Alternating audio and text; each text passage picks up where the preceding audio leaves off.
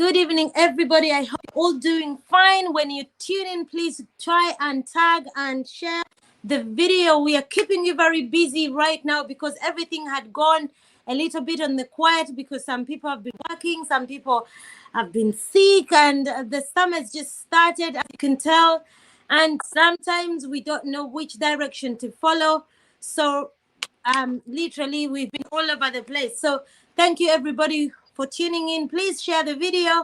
I have a special guest today, which means I have something very important that we want to discuss. Our topic today is Ugandans must raise against the hospitals, because the nonsense that is happening out there is outrageous, it's ridiculous, it's wrong, and we cannot allow this. It is about time we start attacking these people institution by institution, because they're taking Ugandans on a ride, which is not fair. They're taking Ugandans. So today I have my guest in the studios, Mr. Martin Biakoleka, and we're going to be going through a topic that is at heart, at his mind, that he's very bothered. That there is Mr. Isma Kizito. You all know him. He's a doctor, which means he's a frontliner. He was sick. You have been seeing numbers. Bachireke Honorable, our MP, she's been going on and on about it. This doctor was on duty. Unfortunately, he got ill. He's one of those people who have been saving the people. But guess what? When he needed support from the Uganda government, from the Uganda hospitals, from the fellow frontliners, number A, he wasn't well looked after. Number two, when he died, they've refused to release his body. So we are here to discuss this. We're going to be going topic part by part so that everybody can understand and why we're here. Because numbers says that they need a lot of money, but we need to stand with these people. This is the time that if we're really into this cause, we need to stand with those that need us. Welcome, Mr. Martin Biakoleka. Thank you so much. Thank you so much, Patricia Sengu. It's a pleasure to be with you today in studio. And definitely, I don't know, do you use both languages here on your program? Yes, we want to use both languages to try and communicate. Great, great. Bane mwena mukimanyi abasinga nti tulina emirimu gyaffe wano emirimu mingi buli kaseera tuba tukola tusobole okukwataganya obulamu. We are very busy people. But once in a while, we get some developments, things come up, and we are like, you know what? Let's put what we are doing aside and focus on our country and see what we can do. So we make quite a bit of sacrifice, but it's very necessary. Today, I have come to speak about what party has introduced to you, the issue of our hospitals and the astronomical cost of treatment. I will want to make one disclaimer right now before I delve into this. Yes. As an enlightened person, I know very well that the treatment of COVID-19 is really astronomical, especially in our countries. Everywhere in the world, it is astronomical.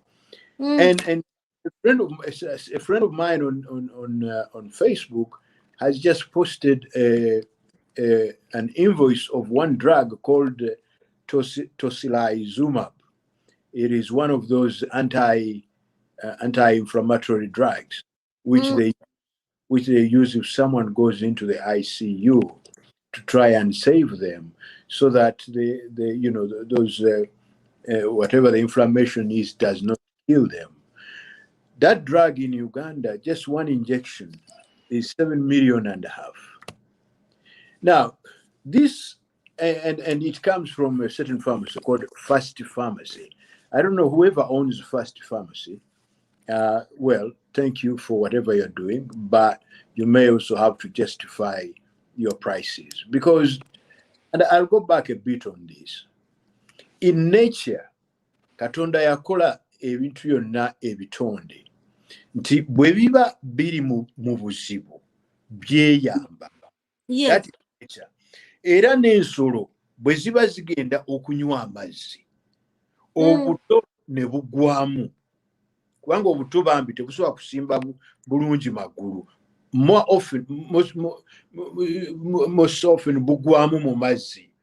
So what happens is ensolo ziri endala eziba ziri ku byazo zijja ziyambe obusolo buno obuto ne zibujja mu mazzi nga buguddemu. Ensanafu bwe ziba zambogo zejja mu bunnya. Yes, ensanafu bwe ziba ziri ku mugendo, ensanafu emu neefuna obuvune. Ensanafu zinne waayo zigyetikka ne zigiteeka ku mutwe n'endala ne zigenda nga zigitambuza paka bwe zituuka gye ziraga. When you look at that, you say, oh, so this is how nature is. Katonda bw'ati bwe yakola ebiramu. They respond when one of their kind is in trouble. That is nature. When calamities befall the world, in Burma, in Mongolia, in Japan, everywhere else, other human beings come up to help those who are facing calamity at that time, wherever they may be. That is how nature is. Now, there comes the eighth wonder of the world, the Africa. Mwe lwaki temwewuunya? Lwaki abazungu batutunuulira nga bwe batutunuulira? They regard us. Olina kutunuulira n'akwesega n'agamba nti Africa, no. You've seen it. Yeah. But we've never asked ourselves a question. Why is this? I'll tell you, I'll give you a lesson. Yes, sir. Irrespective of all we have said, of how nature, species in nature, come to each other's help when they are in trouble, the African makes a party when the other African is in trouble. Oh, muna Africa. Yes. African munne afuna obuzibu bo bajaganya bujaganya. Instead of running to their rescue. Gena mas. Era ebiseera we twakulira ffe abaakulira ku Masaka Road twalabanga ekintu ekyewuunyisa kubanga Masaka Road yabeerangako accidents nyingi, unlike Mityana Road. Ne Masaka Road yabeerangako accidents nyingi, and we knew all the spots. N'amazima gennyini nga accident bwegwawo abantu basooka genda ku luutinga.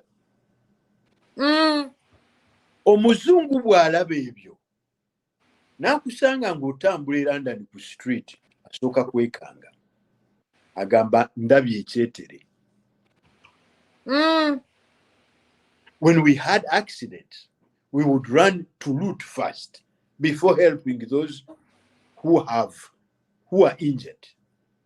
That right there discredits us as credible parts of nature. Tuli bangiri. And we have seen it right now with COVID. Our people are dying. But the owners of the hospitals in Uganda have discovered gold. A way of making money. They have decided to exploit the sick people to the maximum. Dr. Isma Kizito, a very good doctor. And I've read the piece by Honorable Namboze. Yafude. He was a sick man from COVID. COVID namukwata. Yes. Musajja atu n'agenda mu ddwaliro bamukoleko. Naye bw'atuuse mu ddwaliro erimanyiddwa nti lino lye lisobola, bamugambye nti teekawo akasente. N'ateekawo $50 million. N'ebyembi n'afa. Bw'afudde famire n'egamba nti tugende tumukime tumuziike. Ne batwalayo $20. $20 bwe bagatutteyo, eddwaliro ne ligamba nti temutumanyiira, tetutwala busente bwa kitundu mu ddeeyi. Dr. Isma Zito, a very good doctor, who was helping those people with COVID in Mukono died. He obviously he got COVID from the people he has been treating. When he went down, he went to the hospital and they said put a down payment. He put 30 million shillings as a down payment. Unfortunately, he has died. Now, when he died, the family took 20 million to try and rescue the body and go and bury. Making it 500 million a time. 50 million. Yes. And the hospital said, we need 90. So we don't want to take this money in pieces. Take it back. In fact, it would be better if you guys had a land title so you can present it. Baba Gainti, Bumba Mwine Chapa, Muchirete. Now, look at that situation. Bana Uganda Banagi. Situagala tudde wano ku mutimbagano. Buli kaseera tugambe nti Museveni kino, Museveni kiri, Museveni kino, Museveni kiri. Engaging in what a friend of mine called Komanyoko politics. We don't want that. We want to look at the problems of our country and behave like nationalists, because that is what we are. Yes. We are actually very patriotic. And we want every Ugandan, even if you hate me or you hate Patricia, we are agitating for a patriotic cause. Let our hospitals be more transparent and humane in dealing with our sick, instead of being predatory. It is so sad. Lwaki amalwaliro gatukolamu bukozi ng'ate ffenna tubonaabona, ate ng'obulwadde buno tebususula, kubanga naawe asaba, kubanga mpulira mbu ssente bazisabira miryango ku reception, gwe azisaba enkya naawe bukuba. Mpuliddeko nti era ssente zino bazisaba mu cash, babeera n'emmotoka wabweru awo oluzibawa ne bateeka mu mmotoka. Kwegamba gulinga muganyulo looting ffe abaaliwo in 1979 twali bato ne tulaba looting eyaliwo nga Batanzania bagoba Amin. This is the exact thing. The scientists in Ugandan hospitals are looting Ugandans, taking large quantities of cash from the people, exploiting them, exploiting their suffering, and packing the money in cars. They are even circumnavigating the banking network. Mami byakuleka mvuga speed tugende mpola. Yes. Njagala omuna Uganda who is watching us gwe atulaba otegeere ekintu ekigenda maaso. A doctor who was on duty gets COVID-19, pays 30 million as part of the kubanga nze my mother-in-law yalwala COVID just recently after my daughter's graduation. I think I parted with over 2,000 pounds in a week. She must have been in hospital for about 7 days. Then you know kwa nataka kumibili. Atenga tetwamtwala mu dwaliro liri exquisite yali Nsambya, of which private room balimu abantu nga 10. Naye I must have paid over nga 15 million.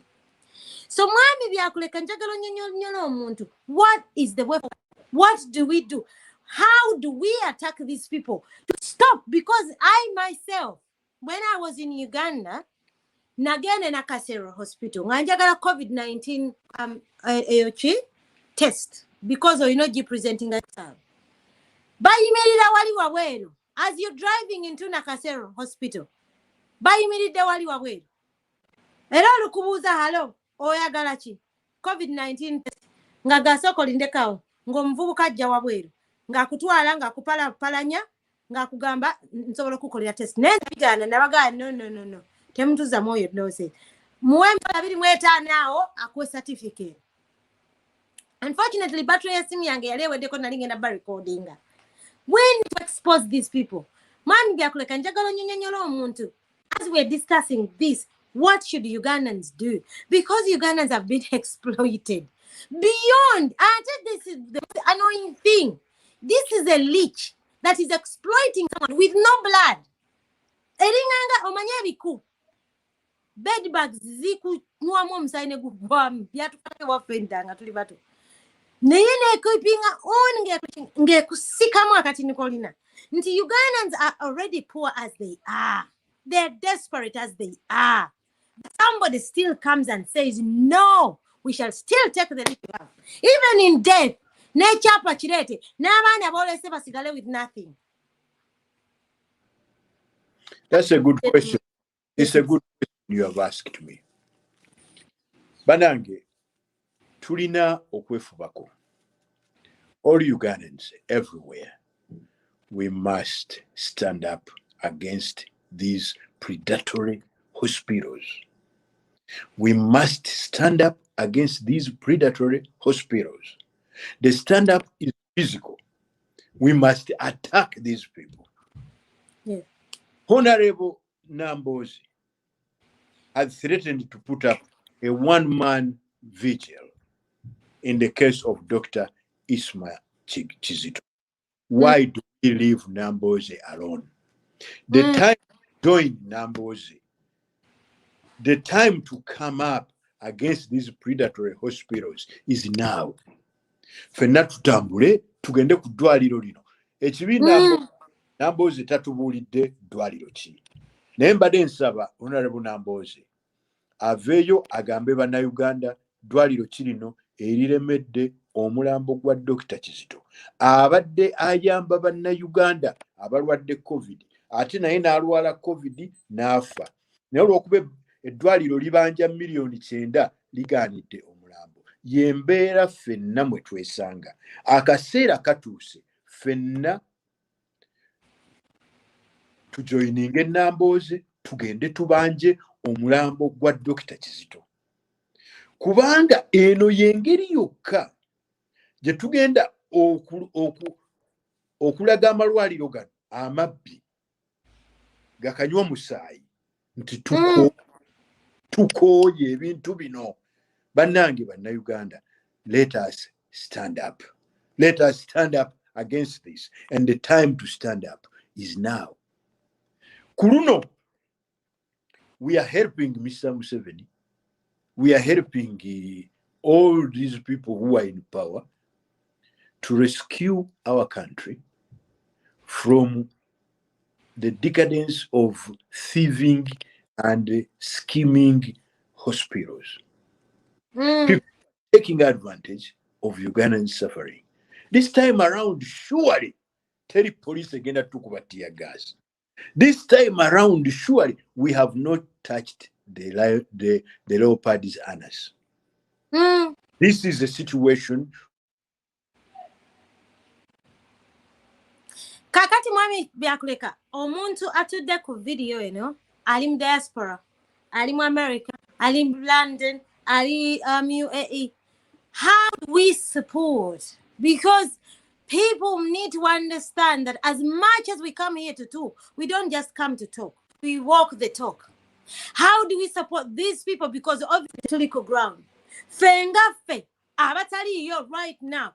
How do we support these people? Talking is good. Yes. Encouragement is good. But how do we come in to fully support so that this happens? Nechiba want Nambozi tugenda mirira naye tumugaye nti ffe tuli naawe abaana abali ku ground bao tuzze ffe abazira. Because I think it's about time people from the diaspora get energized again. If you hear something abamusaba miliyoni 9, miliyoni 9 zigula 5 ku 10 emukono.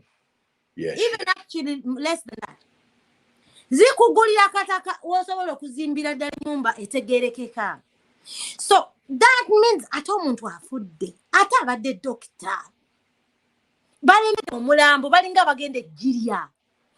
How do we feel in diaspora batudde wano come in to support? That's a very good question. Yes, sir. Bwe twali mu lutabaalo olw'okulonda, omwaka 2021 mu January. Yes, sir.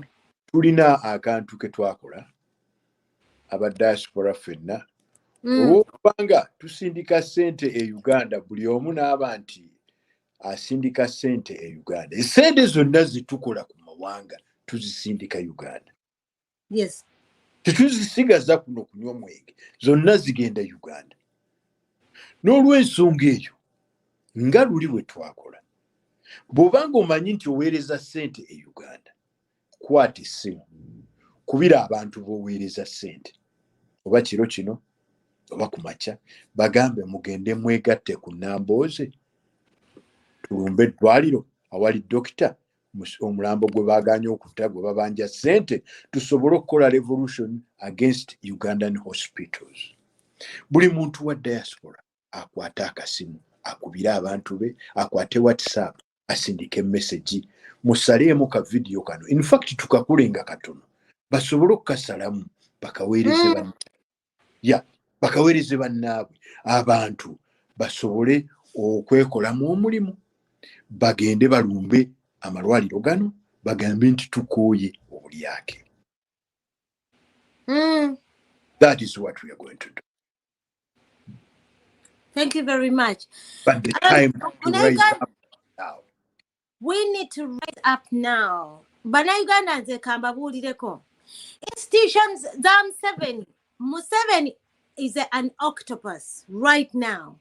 Because yewa obukulembeze bonna. He's an octopus in a style katika nkunyonyole buli Uganda. Yafukanga those I'd say sea animal. It's called an octopus. Chine ebigalo buli wamu left, right and center. Museveni makanisa jali. Mu mizikiti jali. Yesaba minister. Ya launching boreholes. Boda mwali. Literally is everywhere.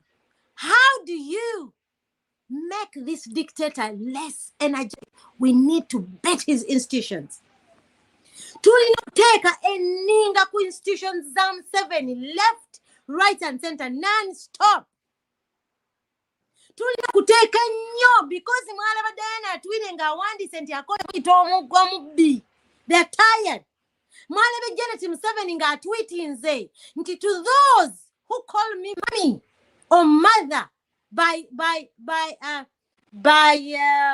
choice. By choice, I greet in the name of Jesus. But I do not greet those who do propaganda.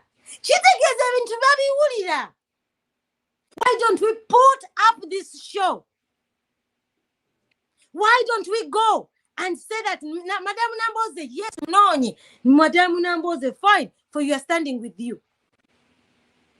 Took my black cards. Ngaziliko release the body of Kizito. And set again, nti amadwaliro ge Uganda. Abantu bawulire ku CNN, nti abantu babasenga baba mulambo gwa doctor for COVID on line of duty. But let the world hear it. Nti abana batidwa tia kubidwa mu Uganda as people we are holding placards at the hospital. Ngabagamba omulambo omuntu bamugambe nti how much money did they need? 90 million. Omuntu omugambe is converting into British pounds. Nti ono doctor yabadde mu ddwaliro ennaku 5. And that is the money that he was supposed to pay. Kijja kuyambako one person ayinza okuyamba okureleasing all this kerfuffle of other people. Kubanga if we do not put up pandemonium as Ugandans, we are not getting it. But we need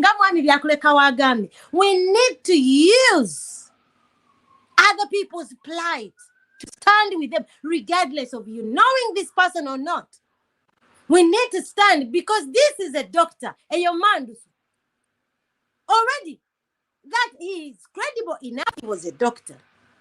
He has died. He paid in 30 million. The family has said, fine, tugenda bongera 20 million, baziganye, making it 50 million, bagala million. Why don't we go to Maka Kuyege wansi kati fenga abantu kuyege tusituke tugamba abantu get up, let us go. Bakwate placards, release the body of Kizito. Release the body of Kizito.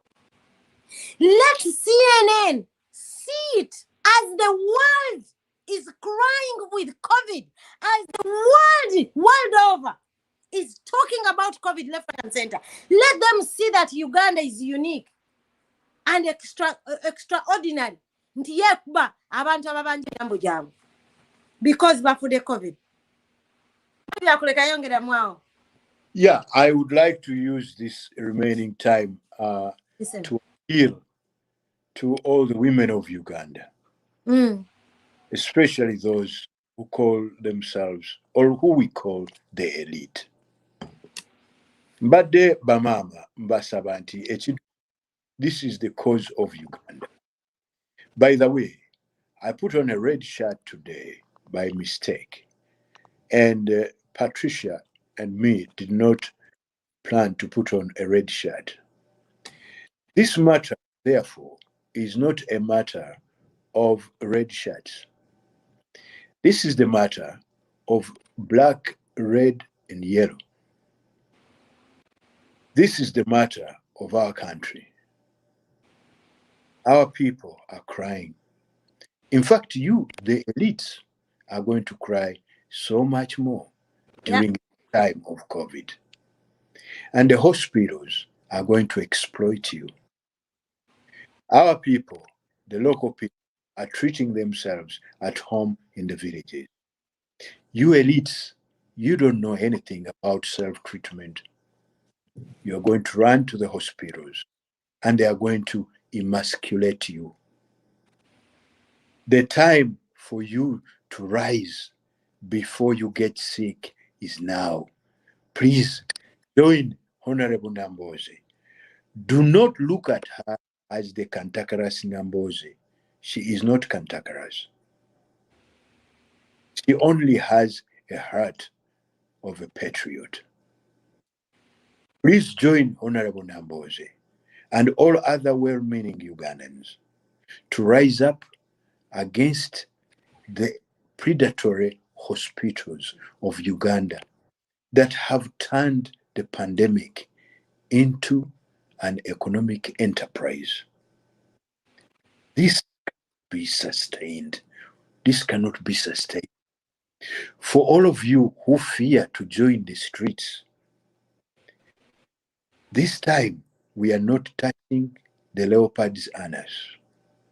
Nobody is challenging Mr. Museveni's leadership. We are fighting a cause which joins the generals of UPDF, which joins Honorable Namboze with the commanders of the police, which joins Namboze with the Prime Minister of Uganda and all the MPs of Uganda and all the judges and all people who feel that putting on yellow is a God-sent responsibility. This is what we are fighting. We are fighting for you. We are saying, all of you, get up.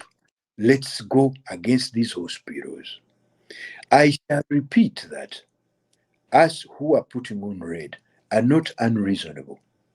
We know that some of the medications for this illness are very expensive.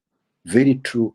For example, tocilizumab, an injection against inflammation, one of those they give in the ICU, in Ugandan money, by First Pharmacy, is 7.5 million. We know. But we want the hospitals to be transparent about other relevant costs.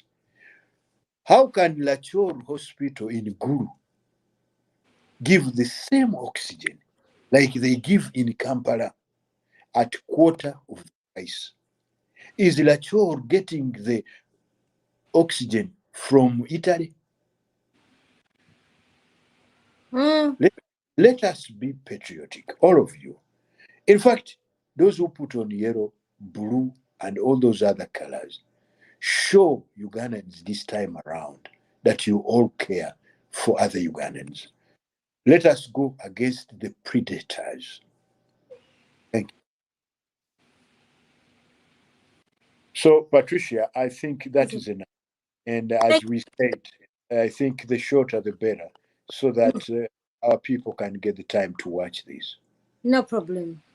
I would like to end by passing on my condolences to the people of Mukono and the family of Dr. Isma Chizito, who has succumbed to COVID 19, the strain of Delta, the Delta virus. Uh, Please, you know that all Ugandans are with you, and they are sympathizing with your plight.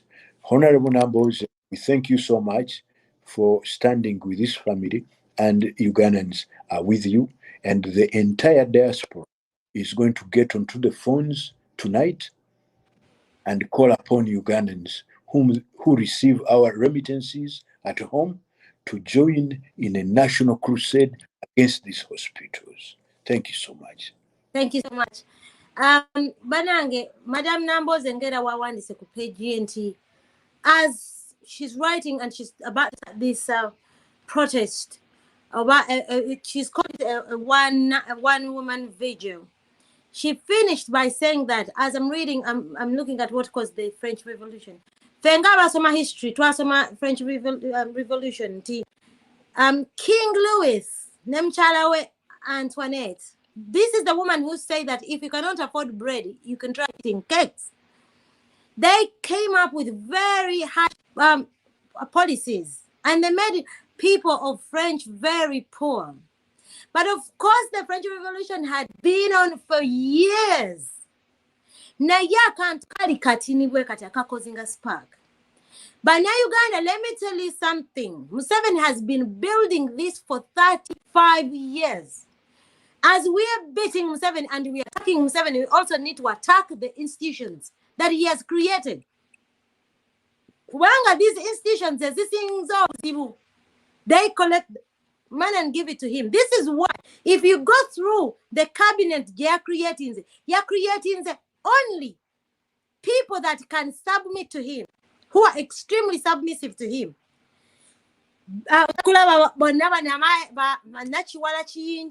Betty Kamia, including Nabanja. Why? Because she realized that people like Kadaga were becoming difficult for him to control. Kubanga Kadaga twameka under pressure. Naberanga yimirira n'abantu. So what do we do? Tugende tuyimirire ne Nambozi. Edwaliro limu. Wemana alaba abantu nga bekalakasa.